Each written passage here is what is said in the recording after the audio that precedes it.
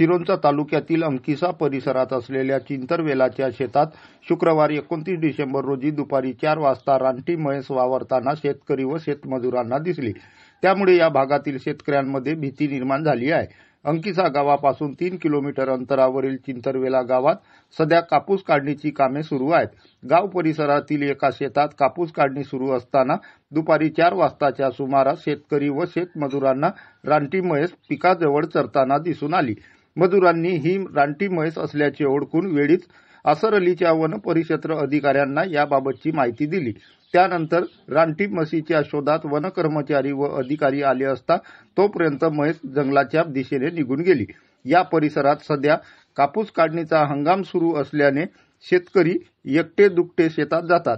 रानटी म्हैस हल्लेखोर असल्याने तिच्यापासून धोका होऊ शकतो. त्यामुळे चिंतरवेला व परिसरातील नागरिकांमध्ये भीतीचे वातावरण आहे. करिता वन विभागाने या रानटी म्हैसचा बंदोबस्त करावा अशी मागणी राष्ट्रवादी काँग्रेस पार्टीचे तालुका उपाध्यक्ष सागर मुलकला यांनी केली आहे.